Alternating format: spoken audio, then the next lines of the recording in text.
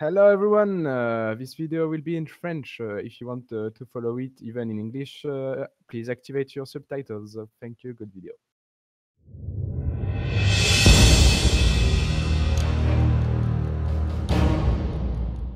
Salut tout le monde, c'est Angel et Daft. Salut Daft. Et salut à tous. Donc on se retrouve aujourd'hui pour une présentation de World of Dwarfs. Donc, Tout à qu'est-ce fait. que World of Dwarfs, Monsieur Daft Punk? Alors, c'est une direct, bonne bam. question. Petite interview comme ça. Donc, c'est un jeu de stratégie-gestion. Le but principal, ce sera de faire croître votre mine. Donc, c'est une mine de nains. Et de gérer donc les différents besoins en repos, nourriture et bonheur.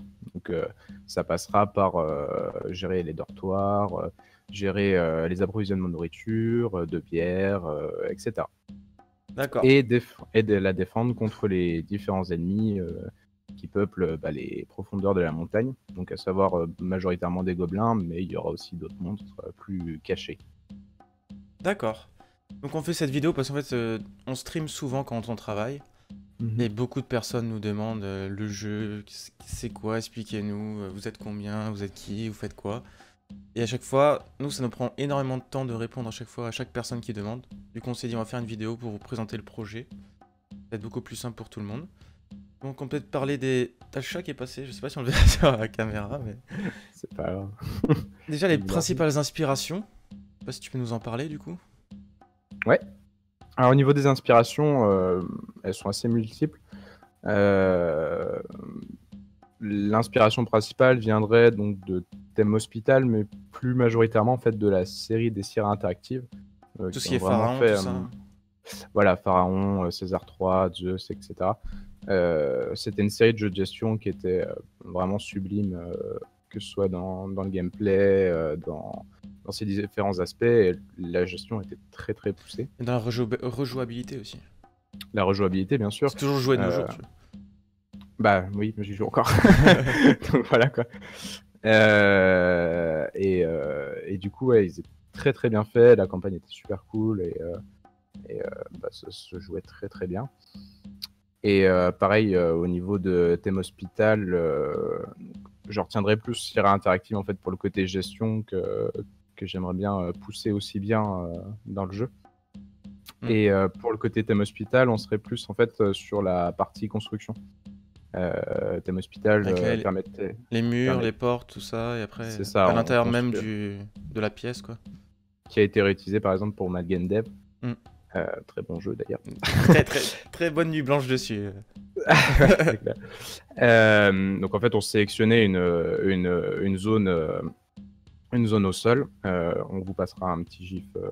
J'ai fait un gif exprès pour montrer ça. Donc on sélectionne une zone au sol, les murs se font, on choisit l'emplacement de la porte et après, du coup, le bâtiment est créé. Mais c'est pas un bâtiment comme justement dans la série des Sierra, on posait des bâtiments complets. Là, dans ce jeu-ci, on veut vraiment qu'il y ait une personnalisation des bâtiments. C'est-à-dire que les murs seront placés, mais après, c'est à vous de le meubler. Donc en plaçant les divers équipements de production, etc. Afin de le faire vraiment à votre popote. Et il y aura tout un système de décoration qui permettront de faire en sorte que le bonheur des nains baisse moins quand ils sont en train de travailler. Donc, par exemple en plaçant des trophées, etc. que vous aurez eu dans divers trésors. Faire de l'entertainment pour les petits nains, quoi. C'est ça. Donc après, il y a aussi tout ce qui est ambiance, l'ambiance du jeu qu'on veut dégager, quoi. Ouais, au niveau de l'ambiance, on voudrait essayer de trouver une sorte d'équilibre entre le côté brutal et sombre de la série des Warhammer et le côté un peu plus comique, même si j'aime pas trop dire comique, mais plus... des punchlines, quoi, des trucs le côté plus drôle. Qui font sourire, quoi. Ouais, c'est ça. De l'univers de Warcraft. Oui, monseigneur, encore du travail. Plus ce genre de choses. Qui est vraiment très sympathique. Donc on essaierait on essaie vraiment de toujours trouver un peu le juste milieu entre vraiment se permettre des choses un peu plus trash, mais en même temps rester comique, et ça sortira, je pense, vraiment dans la campagne à ce niveau-là. Voilà, il y a un petit bug de son. Dans la campagne, t'as dit? dans la campagne. Ouais. Du coup, est-ce que tu peux nous parler un peu de d'Ozik, du coup, Ozik Studio? Euh, Alors, Déjà le Ozig, nom, oui, qu'est-ce que ça signifie Ozik? Parce qu'on nous le demande à chaque fois qu'on est en stream. Ozik, ça veut dire ouais, quoi? Vous avez pris ça c'est au clair. pif? Non, ça veut dire quelque Non, chose. non, non, c'était réfléchi. Ozig, ça veut dire Old School Indie Games. Et bah, comme le nom veut le dire, on veut essayer de faire de l'indépendant tout en gardant cet aspect old school qu'on adore, qu'on aime vraiment. C'est pour ça qu'on joue On à essaie des de, Sierra, qu'on joue encore à Age of on essaie de Empires 2, chercher le etc. meilleur des anciens jeux, en fait, c'est ça, et de le remettre au goût du jour. C'est vraiment ça, voilà, en gardant notre patte et notre, etc. Mais vraiment prendre des bases qui marchaient parce que bah, c'était des bases qui nous faisaient kiffer à l'époque. Mais il y a toujours des moments quand on joue à ces jeux, on se dit ah tiens, ça serait bien s'il y avait ça, etc. Et c'est Parce vraiment que, ce qu'on essaie de faire, quoi. C'est parce que rajouter tous les ces années ont trucs. apporté dans le jeu vidéo et qui manque du coup à ces jeux-là, quoi.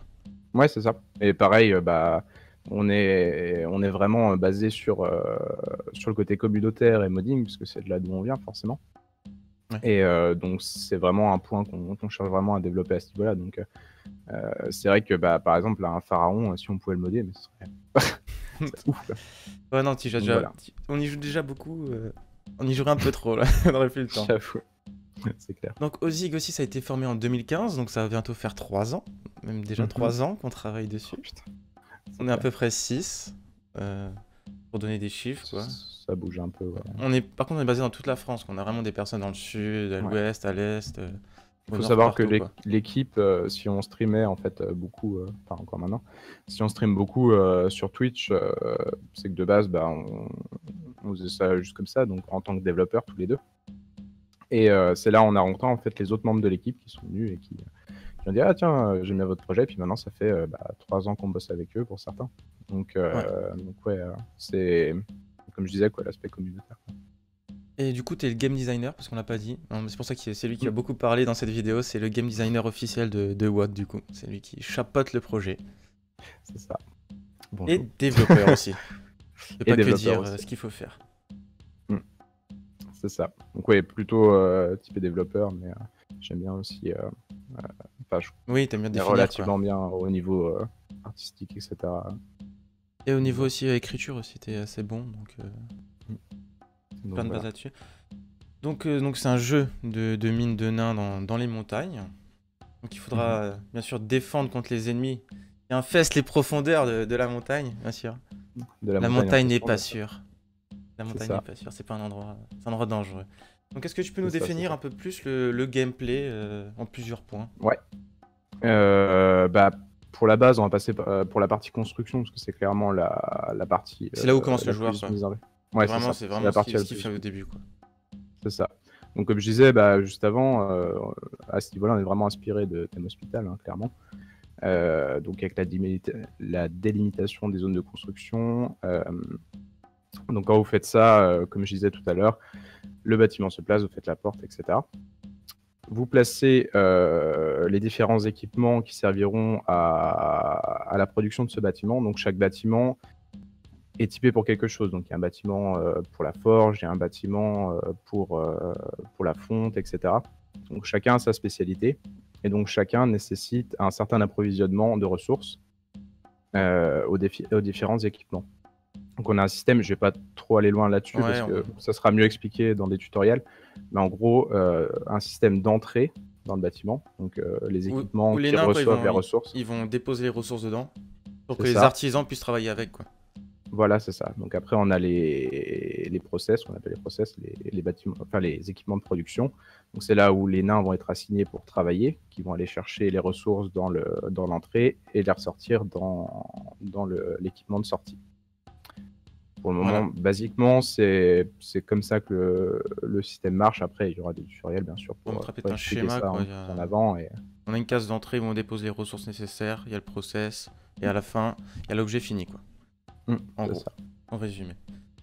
Et du coup, les nains, tu les gères comment? Du coup, il y a des métiers, du coup. On va vraiment les assigner par métier, quoi. C'est ça. En fait, donc tout est automatisé. On est clairement là, vraiment pareil. Comme dans les jeux de gestion habituels, c'est-à-dire que vous ne gérez pas directement les différents nains. vous les assignez à différentes tâches et c'est eux qui vont exécuter les différentes tâches. Donc on a le nain basique qui est ce qu'on appelle le nain porteur majoritairement, c'est-à-dire que c'est le nain qui va aller chercher les ressources, alimenter tous les différents postes de métier, qui va ramasser au sol les sacs, parce que si un producteur n'a pas d'emplacement pour déposer sa ressource, il va la poser au sol, il va pas s'embêter à chercher des trucs. Donc les nains vont s'occuper de nettoyer un peu tout ça. Et il faut gérer les constructions. Les éboueurs de la mine. Les éboueurs de la mine, c'est ça.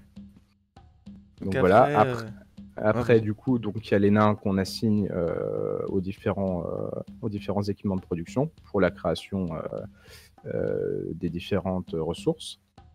On a les nains qu'on va assigner au minage, donc qui vont s'occuper d'agrandir la mine et de chercher des ressources.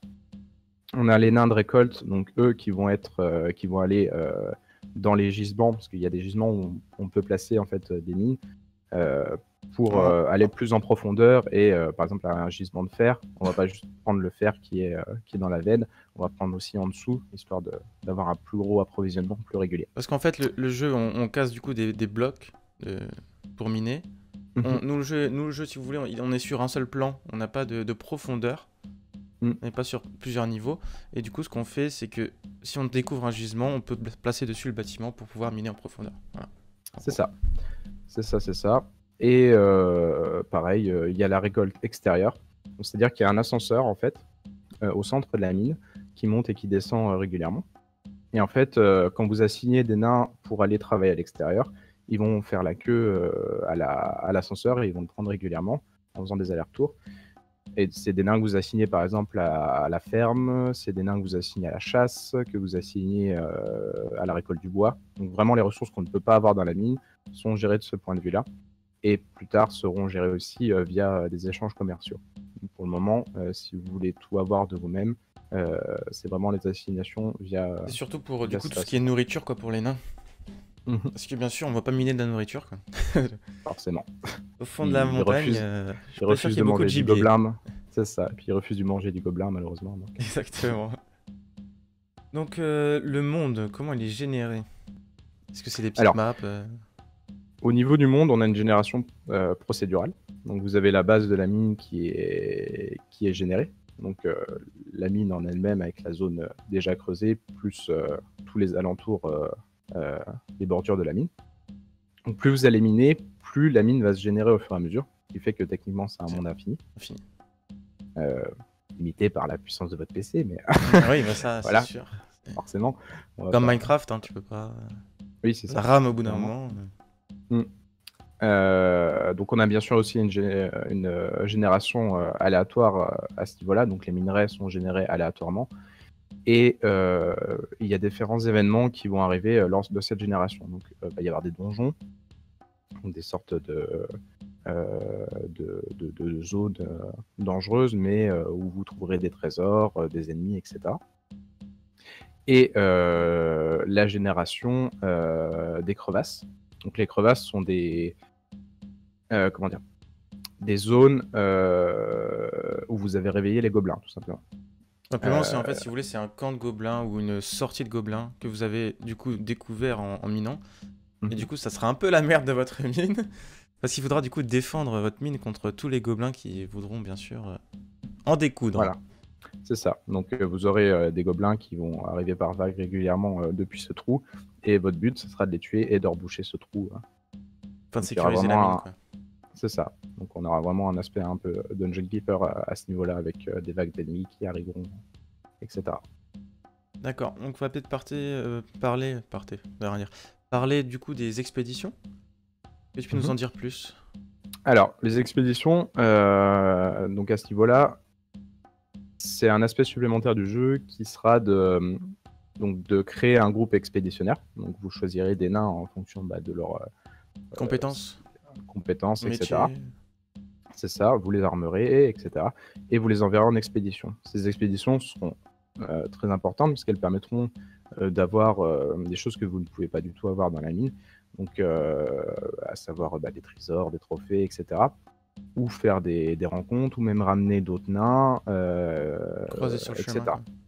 Donc en fait, c'est basé sur un système d'événements qui se passe comme dans Dealer of Affinity. les... Oui, mais c'est plus... Enfin, qui lui-même avait pris l'inspiration des livres dont vous êtes le héros de la série Loup solitaire. Donc vraiment, ce système, vous avez un artwork avec derrière donc les différents événements qui s'y passent et plusieurs choix. Et en fonction des choix que vous prenez, il y aura Des plusieurs conséquences, quoi. des Plusieurs conséquences arcs, qui vont arriver. des conséquences. C'est C'est ça. vraiment. Ouais. Bah, c'est un peu ce qui a été remis au goût du jour par les Titles.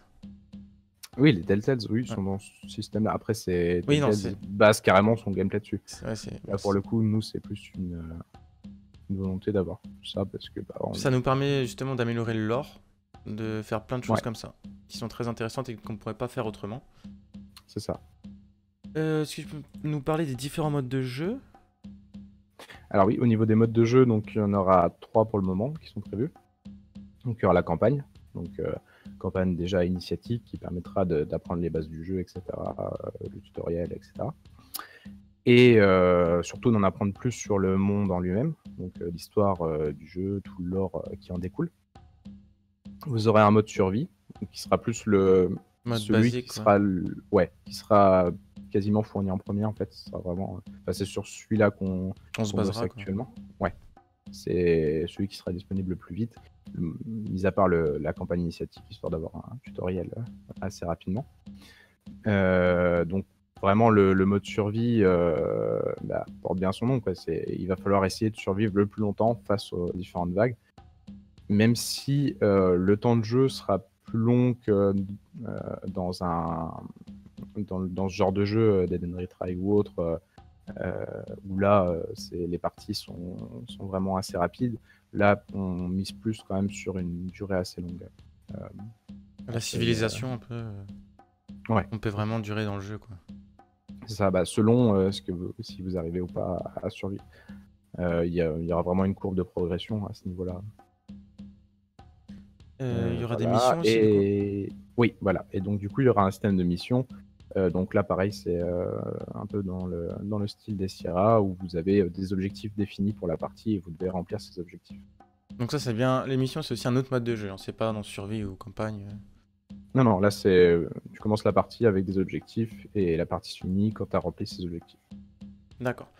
Donc maintenant, on va parler un des points les plus importants du jeu qui nous tient le plus à cœur, ce qui est le modding. En effet. Donc le jeu est déjà actuellement complètement basé sur le modding. Tout est chargé via des JSON pour ceux qui connaissent. Enfin, voilà. Via des fichiers en dehors du jeu. On charge vraiment à ce que le jeu soit modable dans toute l'entièreté de ce qui fait le gameplay, etc. Et surtout que ça soit fait de façon facile, en fait. C'est pour ça Donc, il y qu'on aura a deux- développé le... C'est ça, l'ODK, l'ODK. OSIG Development Kit. Mais oui, voilà, c'est un outil qui permet, sans avoir besoin de connaître quoi que ce soit en coding ou autre, de pouvoir modifier le jeu de façon à rajouter des éléments, en modifier des éléments existants, mais qui ne permet pas changer de le script, changer ou de rajouter du gameplay. Donc c'est clairement pour de la modification générale, donc rajouter des ressources, rajouter des événements, pareil pour les expéditions. Les modèles 3D aussi. Des modèles 3D, bien sûr, tout ça. Donc vraiment, toute la partie, rajouter le bâtiment, etc. Vraiment, tout est modifiable à ce niveau-là sans besoin de coding. Et aussi, on pourra du coup rééquilibrer totalement le jeu avec d'autres modes. C'est ça. On peut changer totalement le gameplay, du coup. Et ça nous sera utile dans le sens où, faut pas oublier que nous sommes que 6 et une équipe indépendante. Donc c'est vrai que si on voit que justement certains équilibrages proposés par la communauté sont vraiment très intéressants, on n'hésitera pas à les rajouter dans le jeu, clairement. Ah, mais ça, c'est Y a sûr. pas de souci. Donc ça nous permet aussi de faire du testing, etc., sans avoir besoin d'une équipe de 15 personnes qui ne font que ça, quoi. Donc clairement, ça nous aide là-dessus. Vraiment, comme on disait, le côté communautaire est très important pour nous. Ouais, c'est la base du jeu, quoi. C'est ça. Et bien sûr, en plus de l'ODK, il y aura le support, bien sûr, du modding plus complet avec rajout de script, etc. Mais là, par contre, ça rentre vraiment dans le Ouais, ce sera modding pour plus vraiment traditionnel. les initiés, quoi. C'est ça, c'est le modding plus traditionnel, quoi. Voilà. Sachant que, c'est vrai qu'on en a pas parlé, mais le jeu se base sur Unity et est écrit en C#. Donc c'est Ça sera assez simple, c'est du haut niveau, c'est pas du C++. Ou... voilà. Donc ça serait quand même assez ouvert, je pense, à pas mal de gens. Oui, si vous avez déjà travaillé sur du Java, ou ce serait assez simple. Je pense qu'on a bien défini, je pense qu'on a répondu à la plupart des questions qu'on nous pose à chaque fois. Donc n'hésitez pas, si vous avez encore des questions, à directement poster en commentaire de cette vidéo. Que ce soit en commentaire ou carrément quand on est en live, n'hésitez pas à poser des questions. On fait ça pour répondre vraiment en mode FAQ, en fait, tout simplement. Oui. Et mais sinon, si vous avez des questions supplémentaires, n'hésitez pas. Forcément, c'est notre bébé, on adore parler de notre jeu. Voilà, quoi. Donc pour ceux qui veulent suivre le développement du jeu, donc quel stade on est actuellement, ce qu'on fait au jour le jour, sur cette chaîne-là, on va publier toutes les semaines ou toutes les 2 semaines un devlog. Donc si tu peux nous en parler un peu, Daft. Oui, bien sûr. Donc le développe va permettre de suivre semaine par semaine, chose près. L'avancement du projet, quoi. L'avancement du projet, avec justement, on va présenter donc les différents croquis, les avancements de l'équipe, que ce soit donc dans le domaine artistique, donc que ce soit dans les artworks, dans les modèles 3D, dans la musique, dans le développement du jeu, fonctionnalités, etc. On va vraiment faire en sorte que les gens voient activement tout ce qui s'y passe, en plus de nous voir directement en live. En live sur Twitch, ouais. Sur Twitch, quoi. Mais pas précisé, c'est sur Twitch. Oui, pardon, c'est vrai que ça paraît tellement... obvious, mais maintenant il y a beaucoup de personnes qui streament sur YouTube aussi. Ouais, j'avais vu ça, ouais. Donc vous pouvez aussi bien sûr nous suivre sur les réseaux sociaux traditionnels. Et bien sûr aussi pour les indépendants, les développeurs indépendants, IndieDB, qui est très important pour nous parce que c'est un peu... Ça permet de voir un peu la base, popularité du jeu, etc. Ça permet de... Ouais, ça regroupe vraiment un peu tout ce qu'il y a dans le jeu. Ça permet de poster des news, etc. Donc, ouais. Pareil, on a un Discord aussi qui est en train de s'ouvrir. Ouais, on va aussi, ouais. Le Discord, très important. Je pense que c'est où il y a la réponse la plus rapide. Ce sera sur le Discord. Si vous avez des questions ou si vous voulez vous regrouper entre personnes qui suivent le jeu, on va ouvrir un Discord World of Dwarves. C'est ça. Mais pareil, quand le jeu sera un peu plus avancé, on sera totalement ouvert aux suggestions ou autres. Au retour, hein, n'hésitez pas à faire des retours. Même maintenant, oui, ça, il y aura des retours, etc. Après, c'est vrai qu'on n'a pas encore, on n'a pas encore de version publique à fournir, comme il y a encore des choses qui sont encore à l'état de mock-up. Mais sinon, ouais. C'est pour ça que pour l'instant, vous pouvez pas tester, mais vous pouvez suivre à travers les devlogs, quoi. C'est ça qu'on veut les faire. C'est ça. Bah écoute, je pense qu'on a tout dit. Bah oui. Vous nous direz si c'est bon ou pas. Si vous avez des questions, vous savez quoi faire maintenant. Et je vous remercie. Du coup, je vous souhaite à la semaine prochaine déjà, une bonne fin de journée. Bonne journée. Apparemment. Ciao à tous et puis à bientôt sur les différents... sur les réseaux. Sur les réseaux. Allez, salut tout le monde.